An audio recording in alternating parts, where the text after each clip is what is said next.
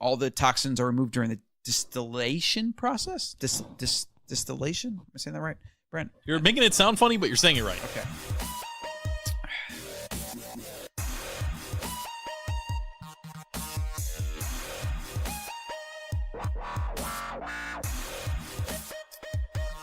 Welcome to the Ancestral Mind Podcast. My name is Colin Stuckert, founder and CEO of Wild Foods Co. and the AncestralMind.com out of Austin, Texas. We are here with sexy Brent Philbin because, I don't know. He's just sexy. I am South by Southwest sexy.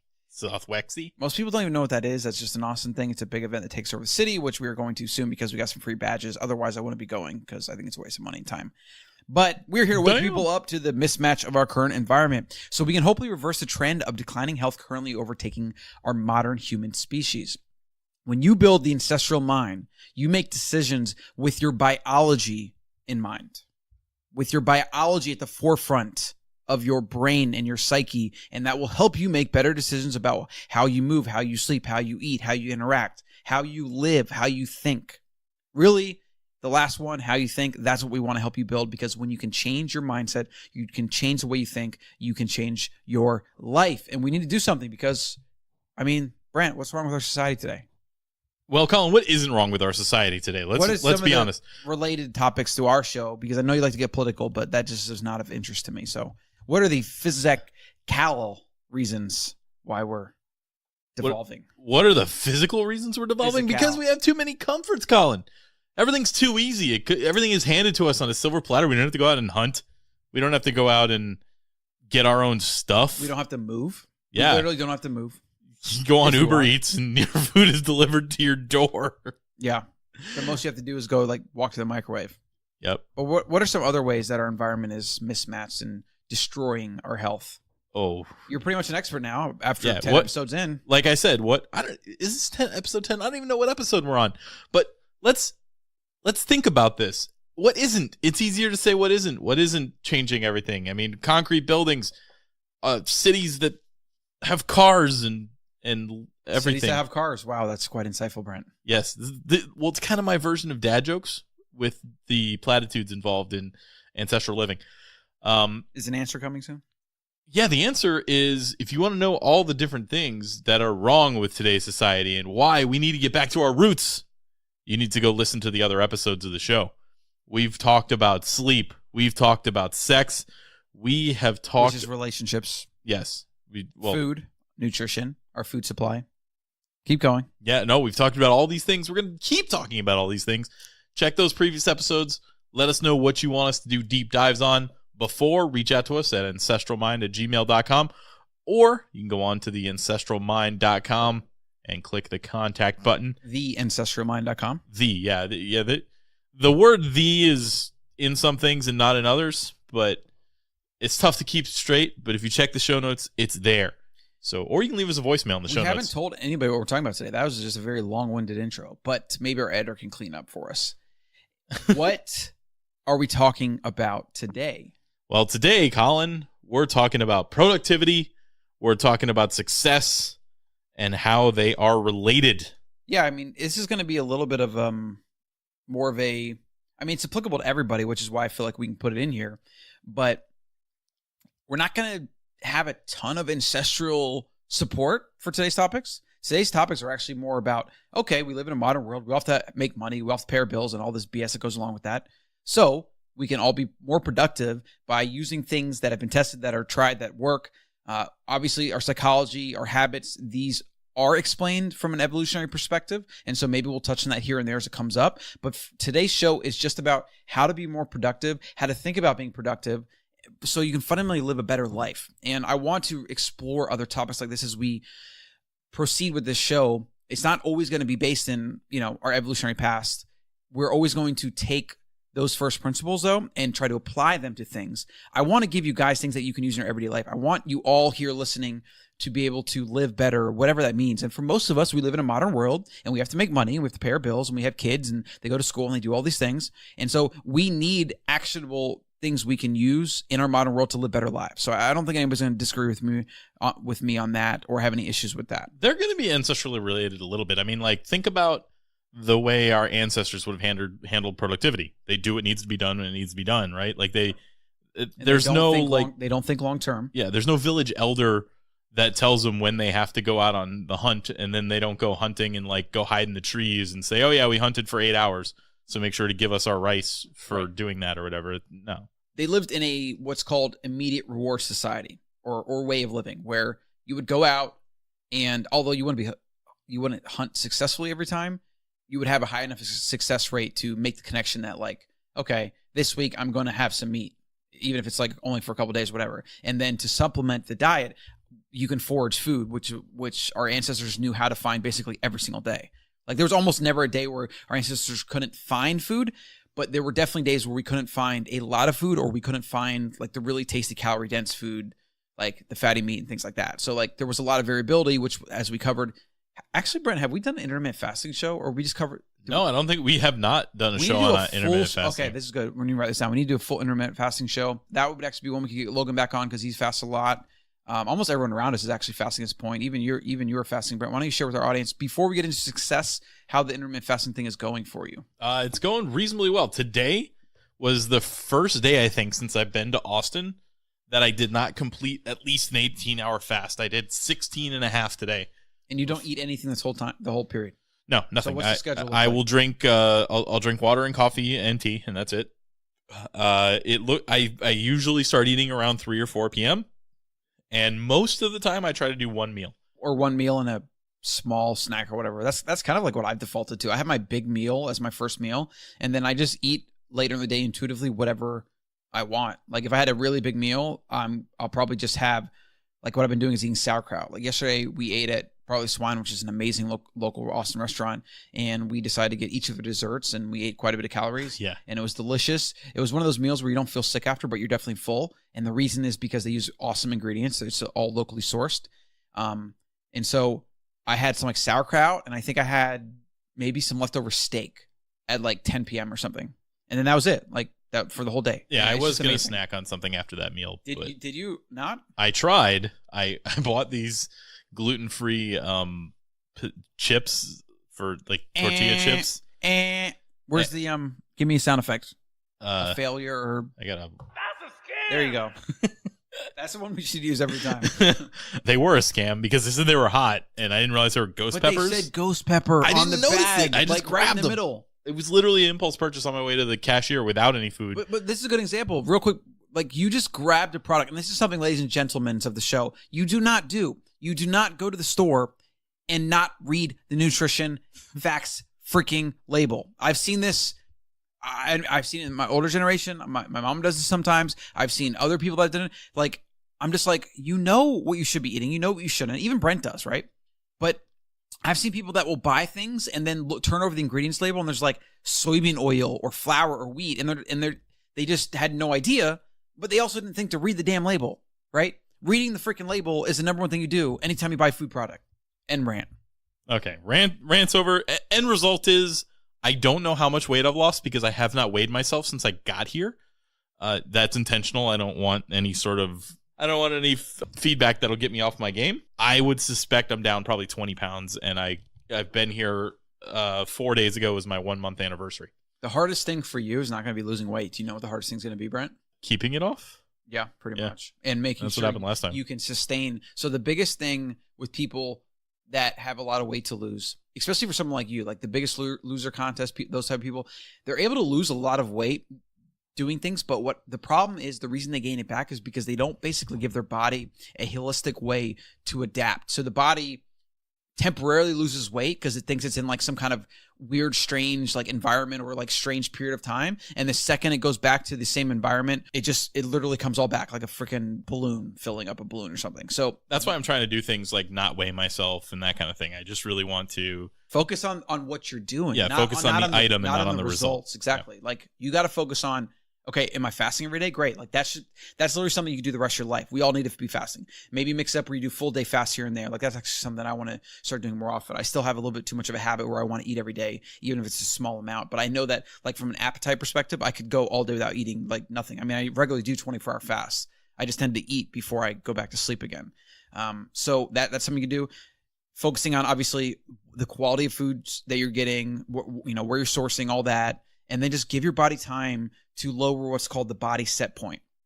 Now, there's a lot of various things to this. We're not going to go too deep because today's show is about success, but generally you have to give your body time to truly adapt, and you have to build a very holistic routine around so that your body can adjust to it and expect it. Like your body has to kind of like reprogram the genes and what it expects from its environment for like a good amount of time. Like, I mean, it might take a couple years, but if your body in a couple years can truly adjust, then you can be one of those people that have like used to be overweight and now you're just basically not forever. But like you have to give it a good amount of time, and it has to be based on like not just extreme calorie restriction or whatever. Like it has to be based on eating real food, plenty of fat, plenty of protein, and having something like an intermittent fasting schedule. And then obviously making sure you're getting sleep and sunlight and all that.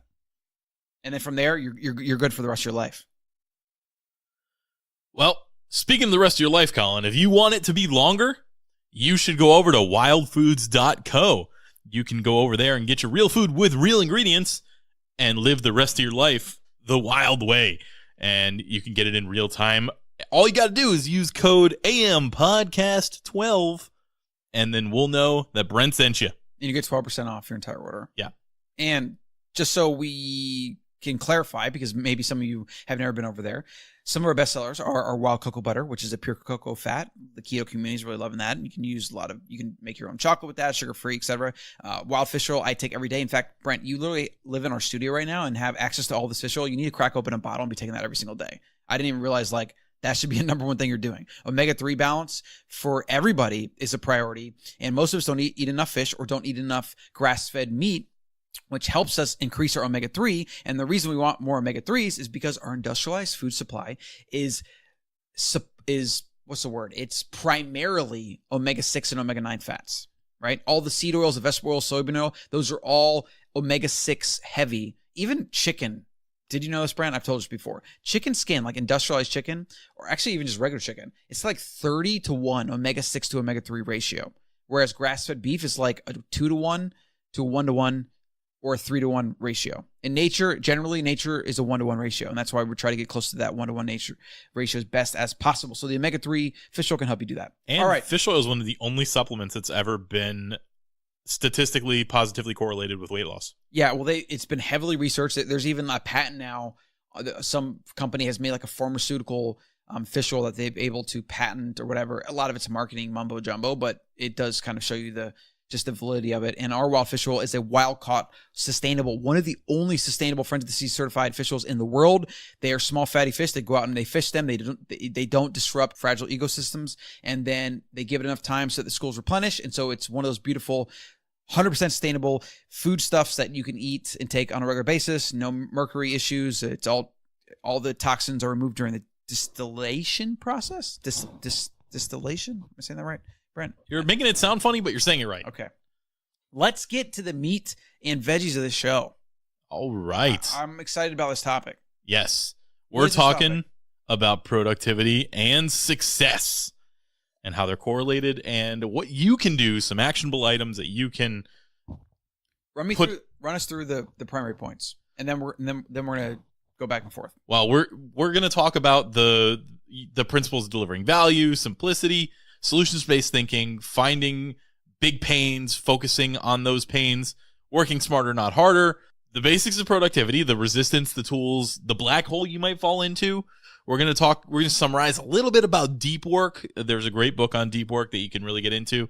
And then we're going to go even a little bit further in the stuff that people are really bad at, like basic money management and finance, something that they should teach you in school that they just don't. It's so absurd. And something people are really good at is their excuses for why they can't do the above things that we just listed. And the big mistake that people make in our like-filled lives on Facebook and Instagram, they mistake fame for success. They need to get results. Yeah, or results, yeah. And then we're going to have a full list of books on the topic. There's a lot more books that we can recommend. We'll try to remember to add a few more, but these are some of the top ones. Now, before we get into that, Brian, why should people listen to us about success? Well, we're super successful. That's why, Colin. I don't feel successful, but that's a topic for another day. We're getting there. They should listen to. What's your experience? That's what I'm really going for. This is basically a CV. You got to promote a little bit. My experience as far as like productivity and success, producing multiple podcasts. I own a bunch of escape rooms in Florida. I've been a professional poker player, which sounds kind of stupid and not really work intensive, but it is. It does require like a lot of study. It requires a lot of managing your finances and that kind of thing. And I've also managed hundreds of employees in casino management systems. Yeah, you have a lot of in real life experience. I mean, I guess I do too. It doesn't feel like it. The best thing on your CV that excited me, because I kind of understand, since I've been running Wild Foods and having employees and remote teams and all this, the biggest thing that was your greatest asset in my mind was the fact that you were able to grow podcasts from nothing to something. Now, right. We mentioned those South by Southwest tickets. Those are direct result of that podcast. Because you got a speaking gig, actual right? Media. I'm not speaking at South by Southwest. I tried, but they were. Oh, so they just gave it to you. Oh, that's cool. Yeah, they're press passes. Sweet. Yeah. So you took something from nothing and you did it on the internet. Both of those are very hard to do. To get any kind of traction on the internet is very hard because there's a ton of pitfalls in the way. There's also just a ton of noise. To get people to pay attention to you is extremely difficult, which is why anyone listen now, super grateful to you. If there's anything we can do, please let us know. Questions, show recommendations, etc. Guests that you want us to have on the show, we're going to do it. Please reach out to us, ancestralmind@gmail.com or info@wildfoods.co. Let us know. My CV is, real quick, because I don't want to spend a lot of time on it, is professional poker player, just like Brent said. I did that a long time ago. And that turned into owning a juice bar inside of an LA Fitness. I basically took my whole bankroll and bought a juice bar, and that was my first business. Ran that for about 7 to 8 years. That basically paid for my lifestyle. The first year after starting the juice bar, we started a CrossFit MMA gym around the corner, and that grew to be one of the biggest gyms in the area. Learned a ton from that business, from coaching clients, and that's kind of what got me deep into fitness and nutrition and all that, and then cooking and food. And then I realized that it wasn't really my passion to just have a physical gym and all the BS that comes along with owning that. I wanted to do something bigger. I wanted to reach more people. And so that eventually led me to deciding to sell it to my partner and moving out of Florida and doing something else.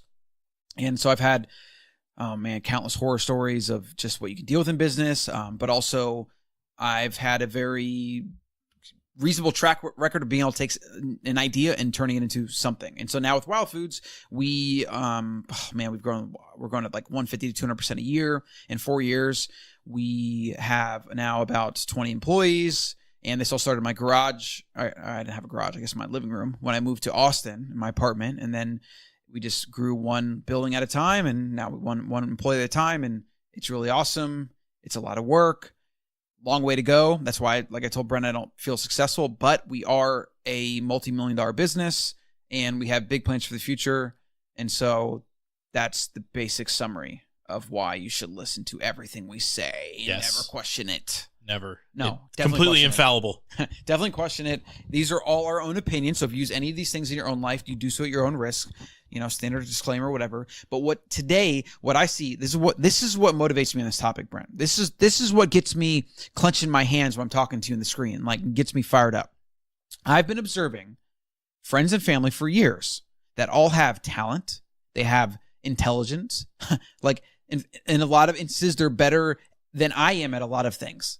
Yet they stay in the same place, right? Or they make very minor incremental changes, right? They all want to work for themselves. They all want like autonomy and freedom. They all want to travel. They want all the things that all of us want. Yeah, those are. But they aren't willing, or they have a block, or there's obviously each person's different, but there's a lot of the same things I see with resistance and feeling like they need permission, and just like all the BS that you get in our modern world. And the weird dichotomy or paradox, whichever word fits better in our modern world, is you have the best opportunity to build something from scratch that has ever existed for mankind. Like you could literally take an idea and start a blog and turn it into a $1 million company, or at the very least something that generates you a few $1,000s a month so you could travel around the world, right? Like we have the best opportunity ever to do your own thing. Yet, here's the big yet. It's still, I guesstimate, about 1% of the population that ever does this. Why is that though? Why? Delayed gratification. Definitely a big part of it. There's a million reasons why, but I think like it's still insane when you really just kind of summarize it to that and think about that. And so that's why I love talking about this topic, because I'm just hoping that one day something I can say, or maybe even something I can uncover, can just help people like get over their hurdles and just really take advantage of the opportunity. Because here's the thing, if you're listening to this right now, you have the knowledge, you have the skill. Maybe you need to build the skills. In fact, let me start that over. Maybe you don't have the knowledge, but you have the brain and you have the intelligence necessary, right? To become a millionaire if you wanted to, right? It will take sacrifice. You'll trade life. You'll trade time. You'll have to, give things up. But you could get that if you wanted that. If you want to just make $5,000 a month to be able to travel around the world, you could do that for less sacrifice, for less effort, right? And so today we're going to talk about some of the things that I've learned, 15 years running multiple businesses and doing all these different things. We're going to recommend some of the best books that have helped with this. We're going to talk about some of the mindset principles. We're going to talk about basic money management. Most people just don't even know how to like manage their money, and let alone managing money for a business or treating themselves or their finances like a business. So there's a lot of things to unpack here, and this might just be part one of many, because this is a recurring topic that I want to cover. It is the Ancestral Mind show, but fundamentally, why do we want to have Ancestral Mind, Brent? Wait, fundamentally, why do we want to have an ancestral mind or be successful? Why do we want to have an ancestral mind? So that we can understand the first principles of what makes us human. But why would any person in the modern world want to actually understand? Most people don't want to understand. But it builds path of least resistance. Like our bodies and our minds have all been created that way, and that's where we are. Where the modern world is such a tiny percentage of the real life that you need to know where you need to fight your battles, and you need to know how to steer that ship if it needs to be steered. For what goal, though? What are people trying to achieve here? A long life? I don't know. A good life. Like, they want to live effectively. The only reason anyone will listen to anything is because they want results. Man, why you're always swearing? Edit that out, but damn it. And this is like classic example of people that when they look at copywriting or sales, they just think it's like features. No, people don't want a freaking drill bit or a drill or whatever. They want a hole or to hang something, right? Like, people want to live good in this modern world. They want freedom. They want autonomy. They want security, right? They want time with friends and family.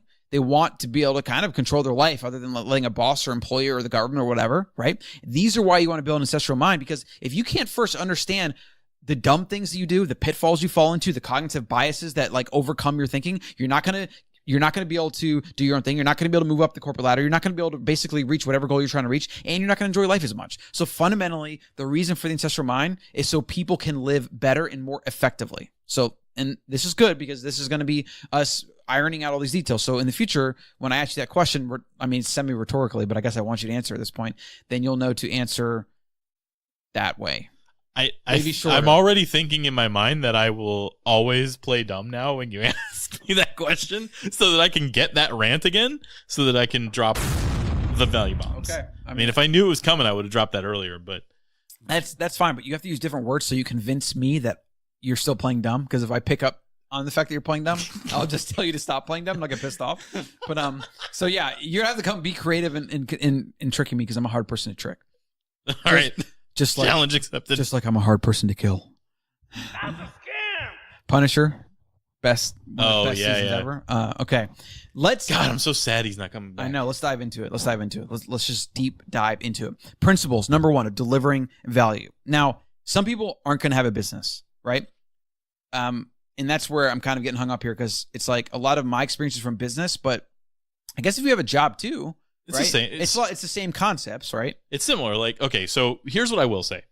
That a lot of times we're going to focus on the entrepreneurial answer to this, because that is our experience. I have a little bit of experience in the corporate world. Really, the answer is very few businesses have employees that can live the life that they want to live, which is why we tend to go towards entrepreneurial relationships, because nobody works for somebody else and has that life of enough money to travel and do all those things. Well, I mean, that we can't say always and never, because sure. There's people that can travel and work. There's people that they have to take a year off of work, though. Very few people have the ability to do it. Some travel is part of their work. Yes, some of them do. Some have remote jobs, right? Very few. I shouldn't say none. We're taking the entrepreneurial point of view here, because as you're seeing the trends in the corporate world, remote work's becoming a bigger thing. some companies like WordPress company, Automatic or whatever, their entire team is remote. They don't have an office, and they're like $1 billion company, right? And that is going to become more and more a thing as we move into the future. And what I've been trying to tell people for a while now is like, if you can develop the skills of being a good knowledge worker, because that's basically what you are. If you can work from the internet, like if you can work through a computer or phone or whatever, you are a knowledge worker. It's as opposed to like a a warehouse assembly line employee or something where you'd have to like be there physically. And don't mistake that with needing to know how to computer code or something like that. You don't need that particular skill. Right. Knowledge work is just, I mean, that's how I run my business. We don't have an office either. We basically work from like coffee shops, right? My whole team does. But for people, if you have a job, and this is what I have been talking a lot about lately, because I've just been thinking about it, is like, if you go to your boss and you say, okay, I have like X sales you want me to get done, or X things I want to get done, or this project or whatever. If I can get my work done and be on top of it, provide value, can I set my own schedule? Can I work from where I want? Or if you work currently in an office, say, can I take Fridays off, right? Or like Thursdays. And the thing is like, if you can provide what you do and prove that your productivity won't go down, and maybe even make a case for where it would go up, your boss will let you do that. I promise you. That's providing value. You will not believe how flexible bosses, business owners, whatever will be, if you can really understand it from their perspective. Their perspective is, one, stuff can't break, right? Because that's like the number one thing we're always trying to do. We're trying to make sure our stuff in our business doesn't break. Two, we want more value. We want employees that can think creatively, solve problems on their own, make decisions on their own, instead of like having to call us every single time like the freaking sink is clogged or whatever, right? You know, example there of something we dealt with recently. And it's like, that is the best thing, when things get solved, when we don't have to know about it. And so if you can prove that you're an independent, forward-thinking, value bomb delivering, consistent employee. Wrong one. Totally. You totally ruined that, Brent. I was like even pausing so you could do the sound effect. You got to label your buttons properly, sir. The value bomb is purple and that one's blue. And what's funny is I paused for a second. I'm like, oh no, I think it's the blue one. And then I completely womped at the wrong time. I'm sorry. I don't fire me. Yep. So that's why this applies to everybody. And if you are, let's say, we got to talk about everybody. So like, if you are a physical employee, if you're in retail or something, right? Like, how can we provide value? I mean, I guess it's like, if you build these skills, or if you build something on the side even, right? Both of those are opportunities to get out or move up. So if you're in retail, for example, and you can get really good at being a knowledge worker and doing different things like project management, or maybe help with their marketing events or whatever, there's always an opportunity in a company to move up and do something else, right? Yeah. If you can prove that, like, say, hey, I'll literally work on this for the same, like, just let me help and learn or whatever. Or like, let me work a few extra hours every week for free on this project or whatever. There's always something you can do. Develop a skill. Maybe you do know how to computer code and you're working something at our escape rooms. If somebody knew how to program Arduino stuff, if you've ever done an escape room, all the stuff that you see inside of escape rooms, that all the cool tech props are usually run off of an Arduino board. It's this like, Raspberry Pi style little board that you can program to do things. But I don't know how to program it, so I always have to pay people to do it. If one of my employees learned and decided that they wanted to do the programming, they would just get more pay. Yeah. I would be like, okay, you can do that. Absolutely. Program that for me. I'll give you extra money. I would rather pay one of the employees than pay a random subcontractor to come in and do a project. Yeah, well, here's an even better, more universal thing that every single human listening to this can do. If you can get good at dealing with people, and I hate to use the word manage, but that's even something that you can maybe do. But if you can get good with people, you can do anything, because you can do sales, you can do management, you can do project management, right? You can do anything when it comes to people if you're good with people, right? So that's always the first skill. Be good with people, become trustworthy, become a conscientious individual. So do you know what that is, Brent? That's a personal skill that we all should have. Can you define that? Well, it's not something that's not one of the personal skills that I have. So unfortunately, why do you say that? Why do you think that? I'm not particularly empathic, or I mean, that could maybe fall into that category a little bit. It falls in. I mean, it's definitely correlated with being conscientious of other people. It's more about you're gonna do what you say you're gonna do, and you show up when you say you're gonna show up, and you kind of you're more like, you're trusting, but not trusting in a way like, I'm gonna trust you with a secret, but trusting in a way that's like, no, you're reliable. That's a good word. Yeah. Like, it just means you're reliable. If you can become a reliable person, it's like, if you say you're gonna do something, you do it. If someone asks you to do something and you say yes, you do it in a timely manner or whatever. Like, those are the best employees. I've had a lot of employees, and I always feel like almost all the time, even with some of my more conscientious employees, I have to kind of like say, okay, can you do this please? But then I have to follow up to make sure it was done. When you find the people that just get shit done, it is golden. I get goosebumps when I think about it, because like, that is really rare, actually, right? So if you can become that as an employee, I don't care if you're working in a warehouse, I don't care what you're doing, there's always a way to do something else or to move up or to find a job with somebody else, you know? And so that's kind of our preface here. All of these principles that are going to follow are things you should learn. And even if you develop the mindset, it's going to help you one way or the other. Maybe you're building a business on the side, you know, maybe you want to monetize your art. Like, these are all things that are going to help you. Okay. So let's get into the primary point.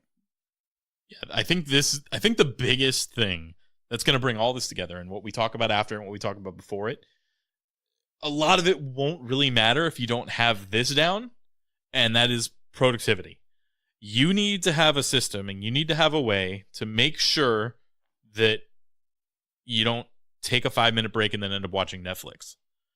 Like, you need to be working smarter and not harder. You hear that all the time, but it's true. Colin is a primary example of somebody that can get more done in an hour than most employees do in a full day of work when they go into work at their 9-to-5 job. And that is going to always exponentially increase the value that you can provide for either your employer or yourself, if you have a system and if you have a way to be productive. There's a million different ways to make it work. Very similar to there's a million different programs or CRM systems or what have you. But you need to pick a way that works for you, that doesn't let things fall through the cracks and keeps you responsible and keeps you accountable to yourself, if not to anybody else, and implement that. And if you go all in on that, whatever that happens to be, you're going to see the value that you're giving and the production that you're doing rise. We're gonna unpack that a little bit more in the deep work section. Even number 2 is the basics of productivity. And I think what we also need to cover, besides just like, obviously people need to be productive, but that is so vague to people that they don't even know what that means. We need to talk about, in fact, I have a video that you guys, I'm going to link in the show notes. It's called The Death of Alex Becker. And he's this YouTuber I've been following lately. That's kind of funny to watch. He's having this like online transformation where he used to like do crazy YouTube videos, and now he's like, I don't care about social media at all. Like, it's just kind of funny to watch. But some of his videos he's been putting out there, they've been very, very good, very thought out. And one of them is, he calls it, the video is The Death of Alex Becker, that's his name. And he talks about how like you have to literally kill the person you are now if you want to become somebody else in the future. And because here's the thing to think about it. If you, and this is kind of part 1, Brent, principles of delivering value. This is some of like these higher order things. And then we're gonna get into like tools. Like, I think Asana is the most amazing thing ever. I think everybody should just learn Asana, right? And things like that. And then we'll get into deep work, which is again, more of a methodology. And then you build things around that. But what he talks about is, and what you should think about is, if you were a person that was a millionaire, like let's say you had $1 million in the bank, right? That person, if you don't have $1 million, is not you who you are today. Because if you were the person who had $1 million, you would have $1 million. Like this, and this is this weird circular logic that goes back and forth that your brain like conceptually probably has a hard time understanding, but it makes total sense when you think about it. If you were a person that could earn $1 million, you would probably already have $1 million, right? That's true of everybody. So if you want to become a person that can earn $1 million, or if you want to become a person that can earn $1,000 on the side, or that can earn $5,000 on the side, or whatever it is, or that can quit their job or whatever, you have to become that person. And today, Brent, whoever else is listening, you are not that person. Right. I do not have $1 million, Colin. So you have to figure out, and you have to course correct on a daily basis. And this is why things like the one thing and deep work and priorities and really focusing are so huge, because you have to get on a path that's going to turn you into that person that has $1 million, or is that is capable of making $1 million. Now, that's just a higher order way of thinking. I'm going to link to the video. You should definitely watch the video on that topic. And he also talks about, I don't know if it's that video or another video, but he talks about the number one reason, and this kind of goes to the productivity thing. The number one reason that most people aren't going to be successful, do you know why that is? Are you listening themselves? Or just looking at your dumb face in the camera? I was looking at your dumb face in the camera. Okay. And then I was making a dumb face in response to your dumb face. But no, the number one obstacle is themselves, I think. I don't know. Yes. You might have had something else in mind. But well, yeah, but what he talks about in the video is the number one reason that people don't get results is because they can't focus. And that's going to tie into a broader subject than just like can't focus. Because, you know, again, you tell people they can't focus and they think you're talking about somebody else or they think you're exaggerating, whatever. But that's ties in with deep work and why deep work is like the new way to win in our knowledge society. Okay. So this is still principles. We haven't really talked about solutions-based thinking or anything like that. Okay. I think we should just talk about that. So like, let's just say business, right? Brent, what does a business do? Like, what's the basics of a business? Stripped down to the bare conceptual basics, the principles. They provide the solution to a problem. Okay. And they get paid for it. Right. That's all a business is. Okay. Now, you get into gray areas when you start looking at like a brand like Coke or Nike or whatever. Like, then you get into like lifestyle brands and stuff. Let's just focus on the basics. All these tech companies, they fixed or provide a solution to a problem. And that's why they become billion-dollar companies, okay? And that's how you have to start thinking for yourself. Maybe you're doing something on the side and you want to, that's why I tell you, find the niche, right? Find the niche, find something they're passionate about, and offer a solution to them, offer training to them, offer education to them, and then just hammer, get viewed as the expert in that, and then get clients or info products or whatever. That's like a standard way that any person can build a business, okay? Or find a product that, or a product that should exist, right? Or one that does that just sucks and make it better, right? That's kind of my least favorite way to do it. Unless it's a new product that really solves a solution, then you would basically be inventing something. I mean, that's kind of what Apple did. They found a product that was good but sucked and made it better. That's well, what product did they do that? The iPod. The original iPod was not the first MP3 player. There was a company called Rovio, I'm pretty sure, that came out with the MP3 player first. It just was not user friendly. It had very small capacity. Yeah, they also had bad branding and they weren't Apple, etc. Apple, Right. I mean, Apple didn't start out that way. Apple was a computer company. That's what they started with, right? But that's maybe. But had any of us really used? I mean, I didn't use much in the way of Apple products before the iPod. No, I feel I like know, that's really what put them on the map. No, the iPhone put them on the map. The iPhone like salvaged the company, but yeah, they had a turnaround before then. Anyways, let's stay on topic. There's obviously a million examples of this in your life. What you're doing, even if you have a job, you got to find what value can you offer. Like we talked about the business owner perspective, right? I'm a manager. Brent's been a manager. We've had employees, and we just can tell you, like, if you want to be a model employee, do these things. Don't do these other things. It could be simple as that. Yet most people won't do that because they have bad habits or whatever. So one thing I've been thinking about with employees, and I've always thought this since not having a job for years and being a business owner, employees should think of their job as the ultimate learning experience. You should learn every facet of that business. I mean, if you think about it, most employees and most jobs, and you could probably test this being in your industry, Brent, is if you paid attention to everything that goes on in the business, whether it's a casino, whether it's a juice bar, whether it's a gym, and you took notes and you were just like, I'm going to document this whole business, right? You could go become a consultant for other like businesses with your knowledge as just an employee, right? You could literally do that. Most employees could actually do this. You could help people start the business. You could build like operation manuals of like how to run a business effectively. You could like have examples of things that didn't work and did work and whatever. Like there's so many things you could do that employees could do. So this is something that I think you got to start thinking in terms of like, what's some selective specialized knowledge I can acquire? What is a solution I could propose? In fact, even better than just helping other businesses like that, go into businesses, into your business or wherever you work and say, what's like a big pain the business struggles with, right? And then go build a software product for them or build an app or build a coaching or consulting or whatever to solve just that one thing. There are so many examples of this. I mean, fundamentally, that's what you should be doing when you take an internship. Like you should be trying to learn as much as you can. Every single employee should treat their job as an internship and learn as much as they can. And so that's about all I got for employees because, I'm not one. So that's kind of the fundamentals of thinking about business. Everything else is noise. Being famous on social media, noise. Having 1,000 SKUs or whatever, noise. You just got to focus on one thing, one product, one solution, and just make it great. And actually, Sam talks about this a lot. This is something interesting because in a world where the consumer has the infinite choice, right? Which it didn't always used to be this way. It used to be that it was buyer caveat what is it? Buyer beware or whatever. Caveat imperative or whatever.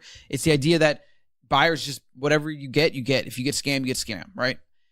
That was before there was online reviews. That was before you could buy anything off Amazon. That's before competition had to compete on quality. That was just like whatever was around you, whatever was available is what you got. Okay.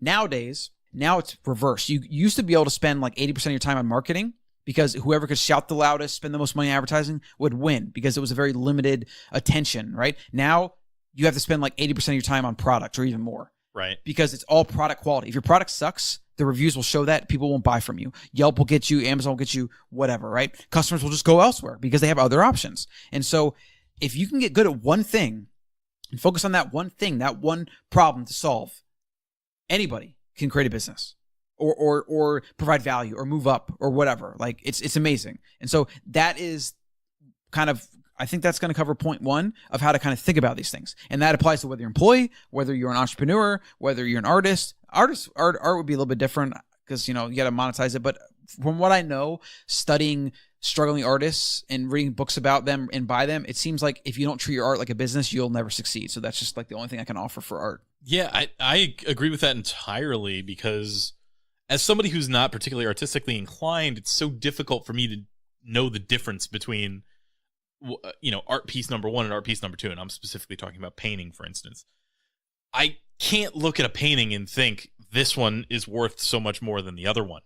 But if the person has this mystical thing behind them, like a Banksy, then their brand makes that same splotch on a piece of paper. It's all marketing. Worth 1,000,000 times more. It actually might be the reverse for art. You might need to spend 99% of your time on marketing and 1% of time on art because the art is so subjective. Like you could literally splatter paint on something. Dude, yeah. You know what we should do? We should do like challenges or experiments one day where we could do this with art. And I've thought about doing this in other places in Exit life. through the gift shop. Is that what you're about to propose? I don't know what that is, but well, it's a movie about the guy who basically followed like Banksy and all this art and then basically copied his style and created his own brand and like was selling art and like it was pretty. I was just gonna say we tried to sell like one piece that we did. We just like put a splotch on something and then make up some copy about it and see if we could sell it. That'd be interesting. Like at the same time, you probably could actually. The other thing that I thought about with doing that is I bet you I could go like on a cruise ship and get in front of an audience and do the hypnotist show in front of that audience, even though I'm not a hypnotist, but I know the technique behind it and I've never done it before. And I could convince everybody in that audience that I had mental powers to change their minds. Yeah, maybe. And so, ladies and gentlemen, this is an example of what not to do and literally is the opposite of how you should approach today's show. Those two suggestions we just suggested to you is a perfect example of what not to do. Well, they're a perfect example of why marketing is where wait, what am I talking about? Yeah, those are the opposite. I could do them, but they wouldn't be sustainable brands. Right. Like I couldn't keep fooling people into thinking that I'm a hypnotist forever. I couldn't keep fooling people into thinking that I'm an artist. And so I might be able to do it once though. Yeah, you might be able to do it once or twice and then you would fail, which for all of us, since we have limited time, is what we should not do. And so that you see this a lot like in affiliate marketing and a lot of the internet marketing space, they just like hop around from offer to offer, product to product. They don't really have a good business. They don't have a brand at all. And they're just trying to like basically game the system to make some money. And they're always trying to stay one step ahead of Facebook or Google or whatever. And it's so, I would never want to spend my time that way. And I think most people shouldn't. I think most people need to find things that they believe in, that they're passionate about, or really good solutions that they can solve. I mean, even become passionate about solving problems or solving a specific problem. Like it doesn't have to be, like if you're into fitness, you don't have to have a fitness business, right? You could literally find something that you solve a very specific thing for lawyers or plumbers or whatever. And that could be a whole business. And you can be passionate about getting people results, but you don't have to be passionate about plumbing, for example. Like, so that's kind of a topic for another day, like the illusion of passion and what it actually needs to be. Okay. So now we need to get into the basics of productivity. So we talked about how you got to find what to focus on. You got to kind of get rid of a lot of the noise and just focus on like solving a really big pain or providing like a really specific value. Now, how do you build something to do that?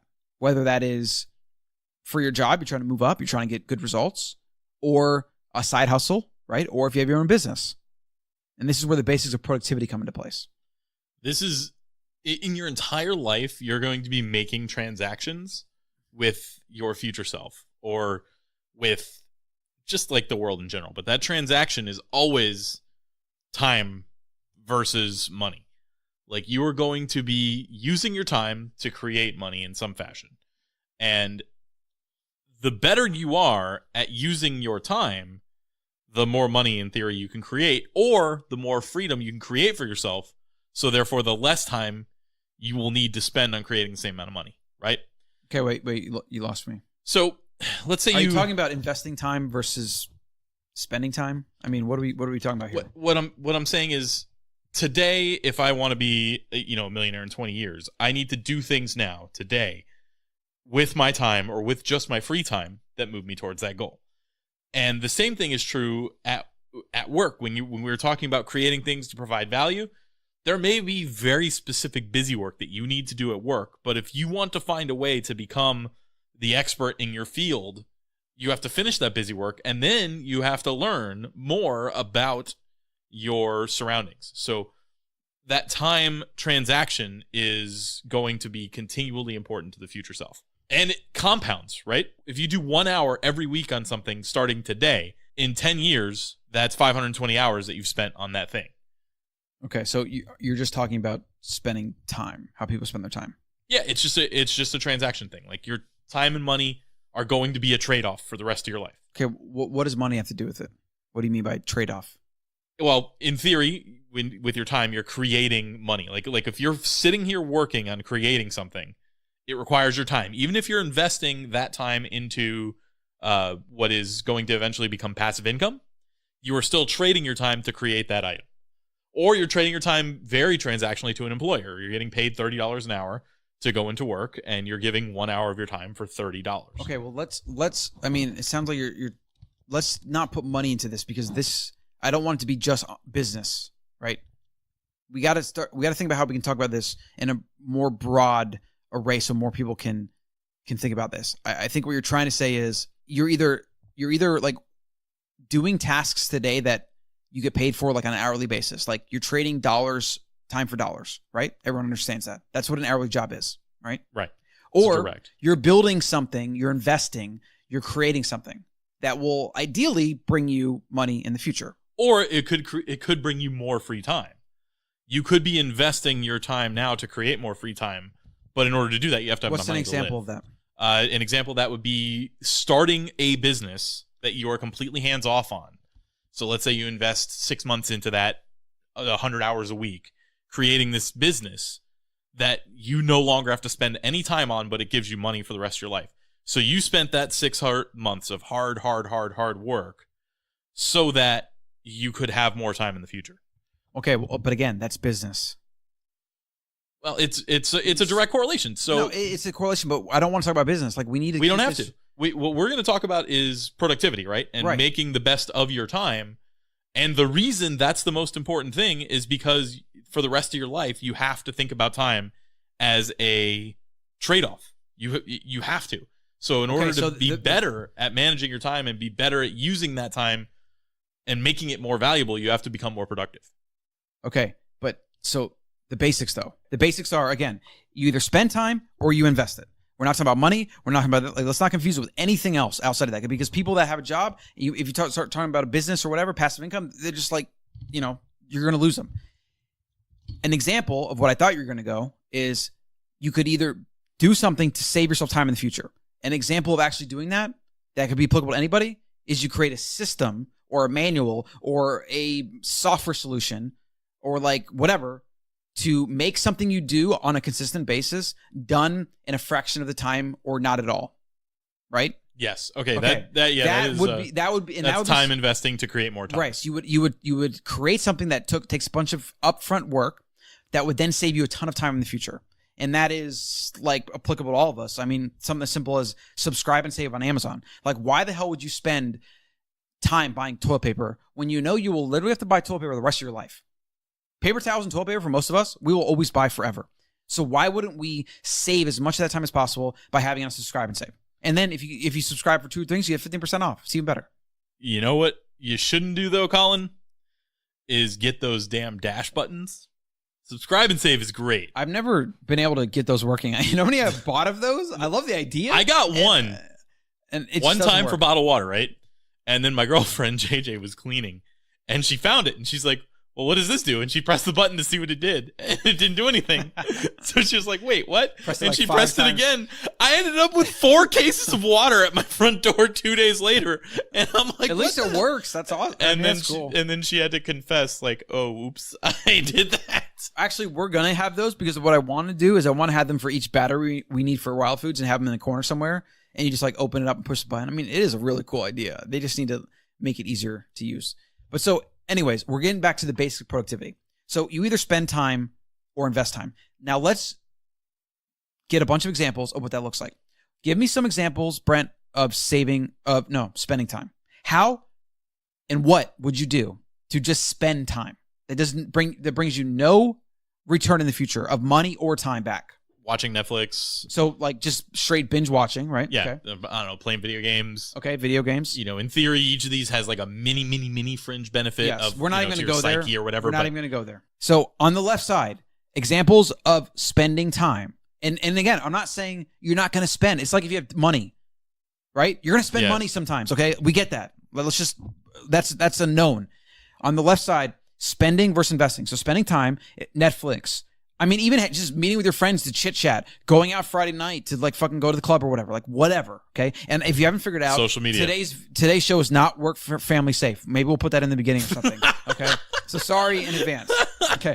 I don't think any of them are gonna be it. Scrolling on social media, probably the worst way that doesn't even have utility. It actually fucks your brain up. Okay. What else? Give me a couple more. Let's see what else could be laying around being bored. I don't know. I guess that's enough, really. Yeah. Now let's go to how to invest to get a return.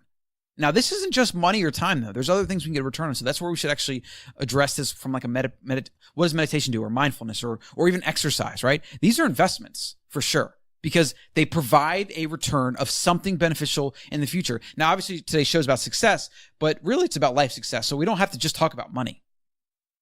So what are some investments? So investments would, like we mentioned before, an investment would easily be creating a system for something anything to make that would save you time, right? Anything that would save you time in the future. So that's number one. Okay. Yep. Other investments of your time would be any learning that you could be doing. Yes, absolutely. At reading, which learning and reading are going to go hand in hand, but they're going to be a direct investment of your time. Even going as far as to say like volunteering. That's something you're not getting paid for, but you are directly going to be. Yeah, it brings you life satisfaction. They've done tons of studies with that. Yeah, and you can volunteer for the right thing. They can give you the right education. It can also you can make contacts. You can make there's a lot of things that can come from that. So that's definitely an investment. Yeah. Exercise, networking versus just going out and drinking with your buddies. Yeah, I guess I could see that. As much as I despise networking, and I think most people shouldn't even do it. For some people, it's useful. So yeah, exercise, obviously. Eating. Here's one that most people don't realize. Spending time and money on really good food, that is going to be investment. It's going to literally give you more years in your life. Spending would be every time that you order dessert or you eat out food you shouldn't eat. That's a spending. You're spending health and you're spending time in the future, right? So that's very ancestrally appropriate. What about actual like monetary success though? What are some ways? Obviously, putting your money. I mean, here's a fundamental one: putting your money in an index fund with Vanguard, right? Or buying a new purse. Okay? Like, let's just break this down for a second. People literally spend thousands of dollars on a thing that can hold their stuff that you could probably get fake for $40 and looks the freaking same. Yet they spend that kind of money. If they were to invest that money and you get any calculator and put it in an IRA for 30 years and that purse actually costs you like $250,000 or something stupid, right? Like, that is a huge one. And this is a big thing to unpack, but if you start getting in fact, that's what we need out of the show notes. You need to, everyone listening, spending versus investing mindset. Like, this needs to be a huge one. Huge. Okay? Because if you can start making every decision in your life about whether, okay, does this have utility? Am I investing right now or am I spending? Right? Am I going to get a return in the future, or am I just, and sometimes you want to unwind and sometimes you want to spend, but like, most people spend way too much. They spend too much money. They go credit card debt, right? They spend too much time. They're too lazy. They eat too much food. They get too much dessert, etc. And that's the problem. It's too much of the balance. Not enough people are investing. What is the ancestral reason behind our drive to waste and spend? Immediate reward. So Mother Nature was like basically our mommy and daddy. She kept us doing things that we had to do. We had to have sex so we could procreate. We had to be hungry and enjoy food, so we had to go out and try to hunt, right? And forage and all these things. As a result, we walked a lot. As a result, we fasted a lot. As a result, when we ate food, it was real food, right? It explains everything. But our biological urges were programmed into us as a result of living in the wild and the average typical environment that you get in the wild. Like there's an average amount of food in most environments. If you were to take like the aggregate of everything, you're going to have an average amount of time people would eat. Different areas might have different access to different calories at different times of the year, different nutrients, more meat, sometimes less, sometimes more fruit, sometimes less, etc. But there's definitely like a golden mean in all of nature that would have had us eating a lot sometimes, eating a little other times, and eating not a lot at all at other times. I mean, think about what happens at winter. Everything is scarce in winter. Animals die off at winter. There's like even less animals running around, right? Like less animals procreate during winter. Less fruits available or no fruits available. Less plants can survive. And so you have that natural ebb and flow of nature that programmed us to be what we are. And that was an immediate reward environment. We had to go out and get food or get sex or get whatever right away, okay? Now we live in a world where we can do that 24 hours a day, 7 days a week. The problem is we get the reward super easy and instantaneously. In the wild, we'd have to like walk 10 miles a day on average. We'd have to hunt for sometimes these long distance hunts they could do for multiple days on end where you like track prey. And like, that's why humans are the best long distance animals in the animal kingdom, because we basically, the theory is we would hunt animals through endurance hunting where we basically chase them till they got so tired they just collapsed. Most people think that makes sense. That's why we can like run marathons and stuff. And exactly. Like, you know, a cheetah is super fast and they would catch us immediately, Yep. but they're not going to run that fast for, Yep. And just even getting close to like a huge like elephant or mammoth or whatever, like that's a dangerous proposition. Like one guy or gal could be killed pretty easily doing that. You just chase it though. Either you chase it off a cliff or you chase it to it's just so tired it passes out and you stab it in the head, right? That was literally our default. That was our default way to hunt, especially like big game. Like obviously small game, we get lucky here and there and whatever. But that is kind of the ancestral reason why we are immediate return. And then also we have to be in the now. Why, Brent? Why do we have to be in the now? Because tomorrow wasn't guaranteed. And from a danger perspective, right? If we're not paying attention, we die pretty much. Yeah, your what do we talk bloodline was very unlikely to continue if you weren't constantly on paying on attention, edge, right? On edge, paying attention, like etc. Observing, like hunter-gatherers saw everything in the wild. They could see like things we could never see. Our modern humans could never see. Hunter-gatherers can see it because they're just so attuned. They're so in the moment. And that was a survival advantage, okay? And in our world today, we run into a million problems with it. So why don't you take a little bit on what we're talking about? We spending versus investing, it's a huge thing. And maybe it can prevent some of your yawning over there.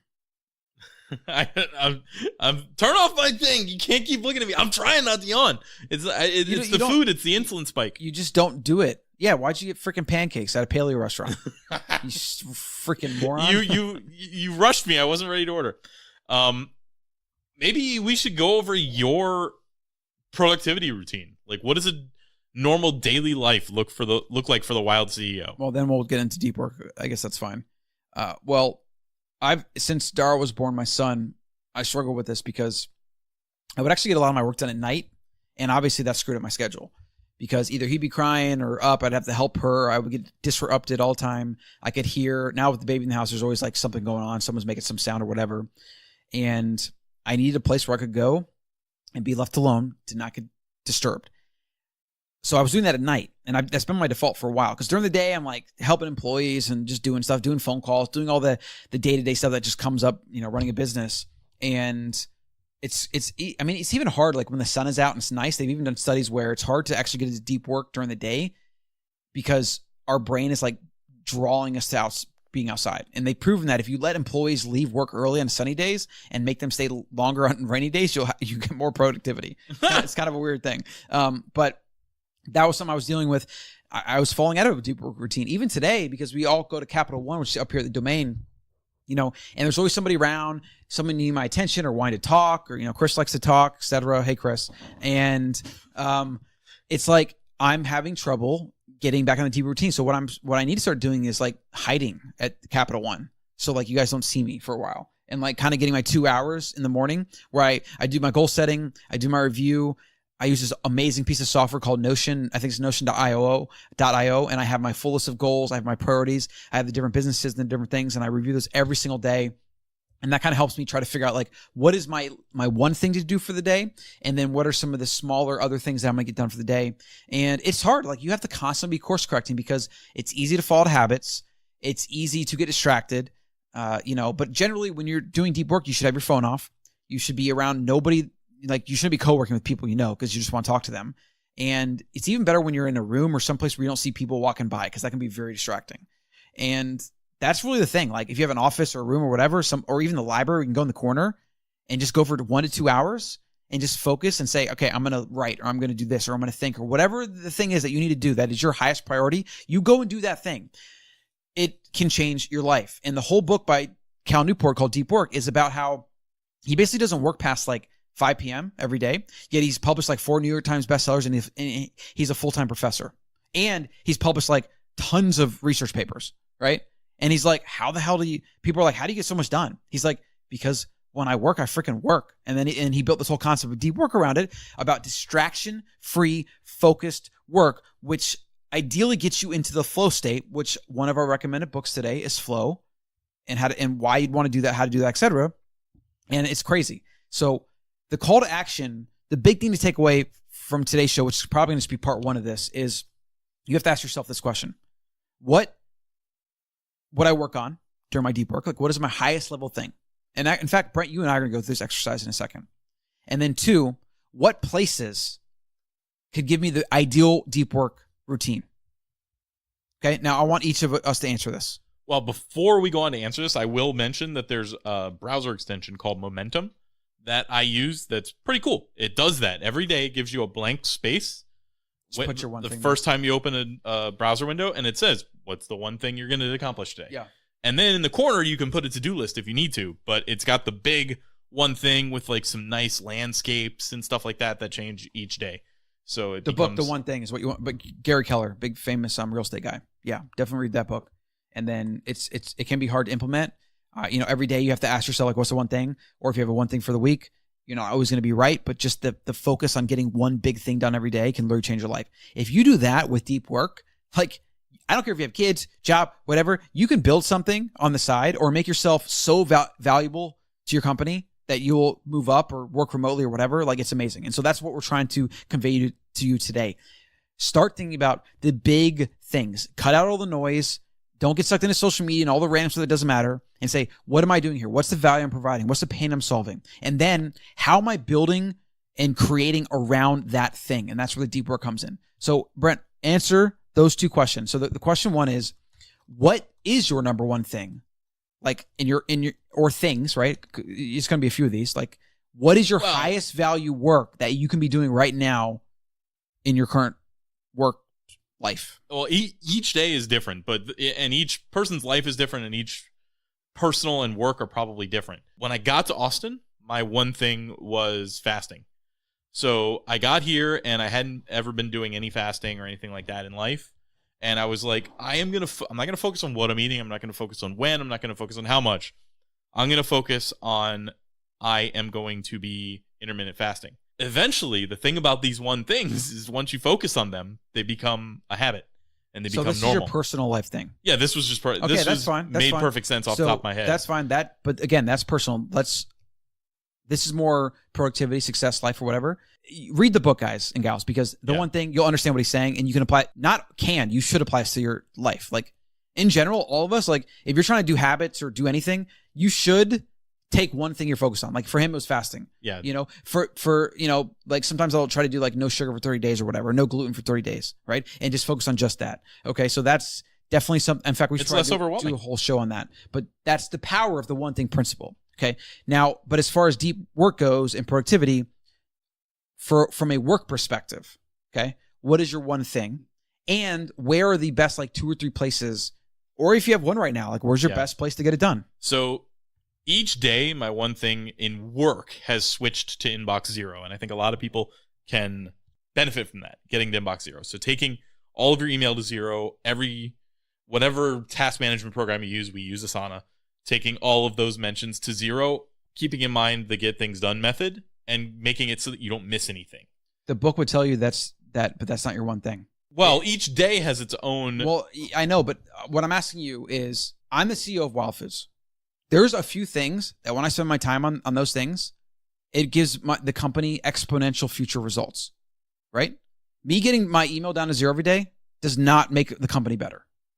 You see what I'm saying? What is yours? I'll go first. Because I actually haven't read the One Thing book, so I could be misinterpreting this. I'll go first, and then you're just not answering the right question, or you're not understanding my question. So for me, the deep work, the best thing that I can do to move my things forward is always going to be some form of content creation.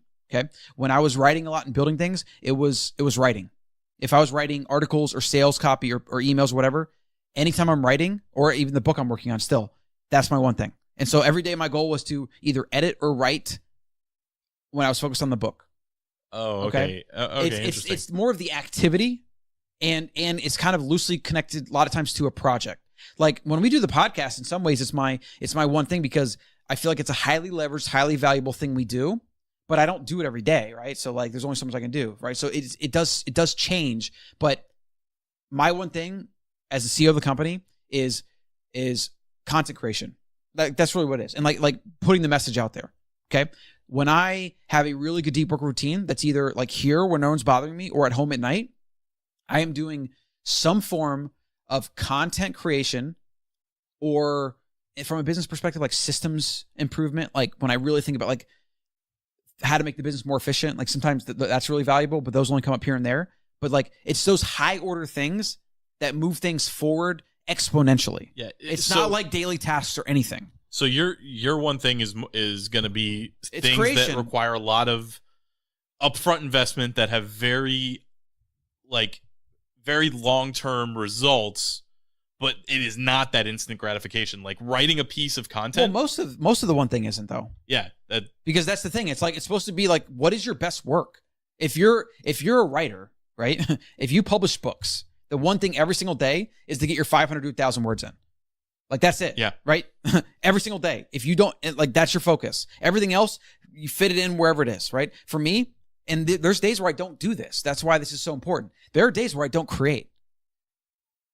Because I get email, I got like this shit coming up, like I got storage, I got to move stuff, like whatever, right? And it just gets pushed back, and then I get tired and I don't do it. And those are days where I should have like really sat down and be like, okay, I need to carve out my one thing time. I need to carve out my deep work time. And in fact, there's days where I haven't been getting deep work this week because stuff comes up. That's why this stuff is so hard. But this is also why it is so freaking valuable if you can get it down. Even if you get it down loosely, even if you are doing like 30 minutes a day where you just literally block out the world and just like, I'm going to create for 30 minutes, or I'm going to think for 30 minutes, or I'm going to do whatever my skill is or my value is or whatever that is. I'm going to do that for 30 minutes. Some people just need to learn. Some people just need to like learn, go through a course for 30 minutes a day or something, like, you know, because they need to learn these things or whatever. Like it's going to be different, but I guess they use in the book, it's like, what is the one thing that if you did it would make everything else either easier or trivial? Like you don't even have to do it.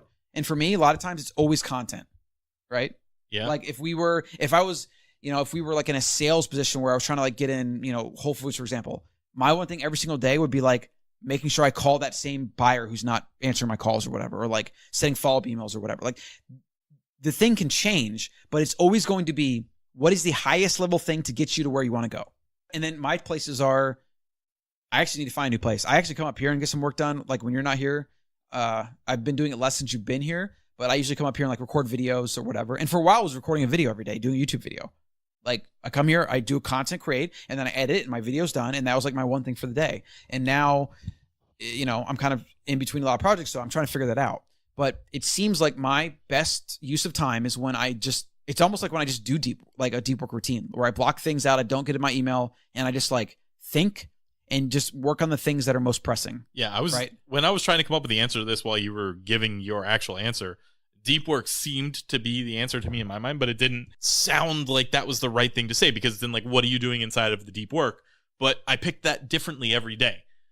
Each day I say, look, for this much time, I need to focus on this particular thing and get it done. Nothing else matters during that time. And when I accomplish that particular project or that particular item that I need to get done, it feels good. It makes the rest of the day's work go by a lot easier, that kind of thing. When do you do that? Generally, I'm going to do it at night and here. Yeah. But that's going to have to change because So I'm only studio, here for another week. Nobody's around. Yeah, Right. it's 100% by myself. I made sure when I moved into my new place that I had an entire separate bedroom / office area that I can go to and retire to. And if that doesn't work, I'll go get an executive office somewhere. Yeah. And or do it in coffee shops. Coffee shops are tougher because there's a lot of distractions. Yeah. And some are better than others. You can find like a little corner to go in, you know. I actually like going to coffee shops at night when it's just less happening. Yeah. A little bit darker, you know.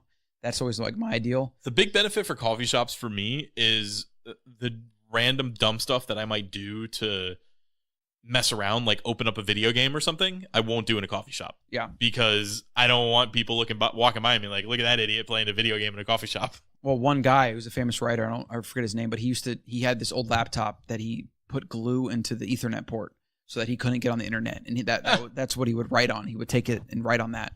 You know, there's been some crazy things that writers have done to basically do this because there's so much resistance around writing. Like it's just something like some days you just don't want to do it. But it's such a big thing. It's so you have to do it for so long, so consistent, whatever. It's like one guy would write in his bathtub and like only pencil and paper. I read about a guy who got on a plane. Yeah, I heard about one guy who would literally travel. Like, he would do a 30-hour round trip specifically to write, and when we got back, he would have a full book. Yeah, it's insane because, but again, why do they do that though? It's because it shows you our genes, our biology pulls us into these directions, right? We have to change our environment. It also shows the power of environment, right? Like if you don't have access to internet, it's amazing what your brain will come up with on its own when it has to. Yeah, like it really is incredible.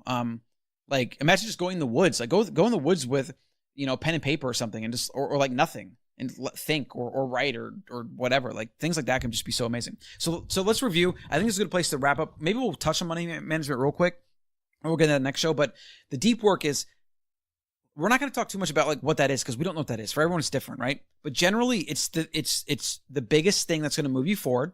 So that could be anything, right? It could be like filling out your insurance forms because you need insurance, or like, there's just a million things it could be, right? It's the biggest thing or things. Usually you try to make it one or two tops. And then it's the routine around doing that work and not being disrupted, not being interrupted. Okay. So I think everybody should have 2 to 3 places where they can do deep work and 2 to 3 times of the day where they can fit it in. If you have a strict schedule and you have family, kids, work, whatever, my advice is to find the same time, the same place every single day and go there every single day without fail. Some days you're going to be productive, some days you won't, but at least you're going to go and build the habit and get there in there, you know, and just get stuff done. That single thing will help you getting better at focus, especially when notifications are off. And that one thing is the reason why some people are going to be successful and some are not. Because a lot of people just don't know how to focus. They do not know how to focus and get one thing or a few things done and move into one direction. There's too much noise and people go in too many different directions. Okay, that's a good place because money management. If you think about the things that we need to talk about to really cover that, it's a lot of things. Budgeting, like there's a lot that need to go into that. Basic money management 101. Don't buy stupid shit. And actually, that's it. Yeah, there you go. Literally, every extra penny that you can put away and just build, you need to do that. And oh man, I want to go so hard on this right now. I know you do. It's literally a full episode. Do not. Okay, okay. So a house, for most people, is their biggest liability. Go read anything about Kiyosaki to understand why that is, okay? Because it takes money out of your pocket. Buying, the idea that you have to like, what are some other ones that people want to do? Like, you don't need to buy a Tesla or the new car that comes out, right? You know how people buy new cars even when their cars are fine? It's absurd. It's disgusting. I paid my car off a year ago, and I didn't even fix the damage on the side or whatever. Like, that's fine. Colin's had the same damage on his car for the last 5 years. Exactly. And every time like someone asks me, like, why don't you fix it? I'm thinking to myself, like, okay, what utility is fixing going to bring me? I mean, actually, Brent, can you answer that question? I got this big thing on the side of my car. It's got like this plaster stuff that's supposed to be sanded down. It looks like shit. Why would I want to fix that, Brent? What utility would that bring me? Like the $2,000 and the time I'd have to spend to get that done? The legitimate answer is if you are worried about anyone's perception when they happen to see you and see your car, because people have poor ideas of what makes somebody a smart or a good person. you'll be like, oh, he's wearing a nice watch, so he might be successful or must be successful and smart. Or, wow, what a shitty car that's been completely wrecked and has 2 different colors of paint on it. That person just doesn't care about anything. They might make that assumption. So what does that do for me? Does that affect my business? Does that affect? It only affects you if you were like a salesperson or maybe a real estate agent or something like that. It would be really important to fix that. Yep, that's almost the only thing I can think of. Yeah, and then I would probably agree with you because people's perception of you when you're trying to do deals with them does matter, right? But for me, I mean, one, I'm CEO of the company. I don't care what other people think. Most of the time, people come to me and want to do deals or whatever, and I'm just like, no, half the time or more than half the time, right? Like, I don't need to impress anybody, right? Let's just wrap it up there, yeah, because money will just like it'll be. I know, a long time. I can already see you getting fired up. This episode would be another hour long if we got into it with. We're gonna do a money episode, and we're gonna try to get some guests on. Maybe we can get like 4 people. We need to have some like a list of questions. We need to get some other things on to prep for the show a little bit. Yes, there is a lot more to money than just conceptual and being and talking and that kind of thing. I'm going to finish up reading off this list of books that we have written here that are going to be good choices. Click on the links in the show notes and you can go get these books. We mentioned a lot of them, but just to recap, Getting Things Done, The Alchemist, How to Win Friends and Influence People, War of Art, not The Art of War, The Number One Thing, Flow, Deep Work, Delivering Happiness, Steal Like an Artist, and of course, the 4-Hour Work Week. And we didn't actually mention the opt-in. So what I want you guys to do is go over to theancestralmind.com and download the 7 Principles of Living Well cheat sheet. You'll also get a few videos from me to your inbox, and I'm going to talk to you about these principles as well. And you're going to, I said that kind of together. It's weird. Well. And you will also get new shows in our weekly newsletter. We'll put a link there for your listening convenience. And then we're going to include the Death of Alex Becker video for you to watch. And then there's another really good article by Sam Altman called How to Be Successful. That's going to be included in the show notes. All right. Send us feedback, questions, comments. We want to address things that you want to hear. We want to answer your questions. So please let us know. ancestralmind@gmail.com and info@waffles.co. Thanks for listening, watching. And I don't think we talked about anything nutrition related, but if we did, we are not nutritional advisors. Please ask your doctors. We're also not financial advisors, which is going to be really important on the show when we talk about money. That's going to be fun. In the meantime, peace out. Before you do the music, though. Okay. 40 best dad jokes, which are embarrassingly awful. I'm sure they're great. This is pun.me is a website. And I Googled this because Brent just calls them dad jokes. Apparently every joke I make is a dad joke now. Did you hear about the restaurant on the Moon? Great food. A lot of cheese. No atmosphere. Oh. What do you call a fake noodle? This is making me laugh. A poodle. In pasta. This is why. How many apples grow on a tree? How many apples grow on a tree? All of them? What do they mean by that? I don't know. Well, obviously no apples grow not on a tree, Colin. Oh, I get it. That's so dumb. Want to hear a joke about paper? Never mind. It's terrible. Yeah, it's spelled Tearaple. I just watched a program about beavers. It was the best damn program I've ever seen. Oh, I feel like I want to go through this whole list. I know you do. These are your favorite jokes now. Why did the coffee file a police report? It got mugged. Yeah, buddy. So for those of you that aren't aware, Colin is a fairly new dad. So apparently there's a physiological change that happens. There is one. And there's definitely ancestral reasons behind the need to now make stupid puns once you become a father. And I don't know what they are, but very clear shift in how you do jokes. What do you call a Mexican who has lost his car? Ooh. Carlos? Carlo. That's dumb. That's not even funny. Wow. Car lost? That is just racist. That's just bad. Dad, can you put my shoes on? No, I don't think they'll fit me. They're getting worse. Progressively. Why did the Scarecrow win an award? Because he was outstanding in his field. Oh, you're losing it. You're losing it. Like, I was hoping that these jokes would get me in like a slap happy mood to do the show, and now I'm just getting pissed off and depressed that these are so bad.